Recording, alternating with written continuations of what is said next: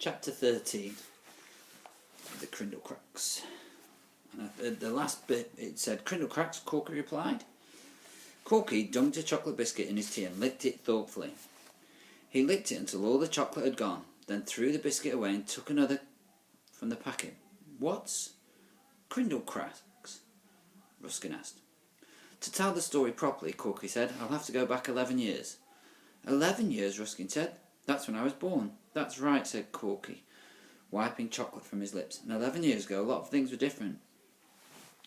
"What things?" "Well, Corky," said, the pavements weren't cracked for one thing, and the brickwork wasn't dark, and the road didn't have bumps and holes in it. Because Krindlekrax wasn't around then," suggested Ruskin.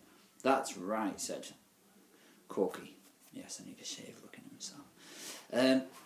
Said, taking another biscuit from the packet. "And I wasn't caretaker of St. George's School then either." "You weren't?"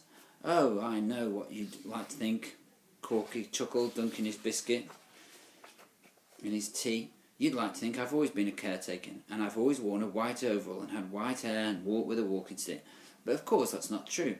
11 years ago my hair was darker, and I walked without a limp, and I didn't work at St. George's School." "So where did you work?" Ruskin asked.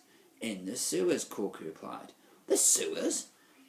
"You know, the sewers are under the ground, where all the nasty things go."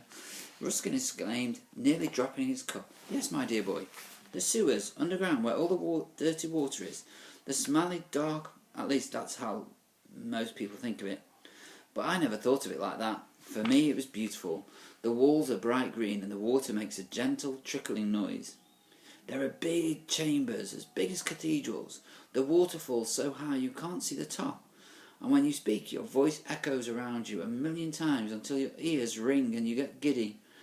It's another world down there, and I love everything about it. I felt like an explorer being down there. It was like a true adventure." "If it was dark," Ruskin said, "how did you see?" "I'll show you." Corky got up and went over to the wardrobe.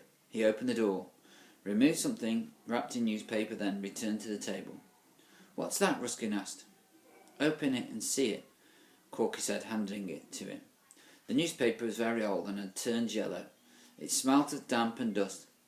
Carefully Ruskin peeled away the paper like peeling an onion, and inside he found a tin helmet with a torch stuck on the front. "I wonder if it still works," Corky said, and he reached over and flicked a switch on top of the torch. The torch lit up. Corky took the helmet from Ruskin and put it on. The torch gleamed like a brilliant third eye. "How do I look?" Corky said.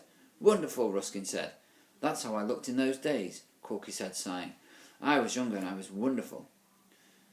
And I felt like an explorer in the underground world of green cathedrals and majestic waterfalls." "So why did you leave? Why did you stop being an explorer and become a caretaker?"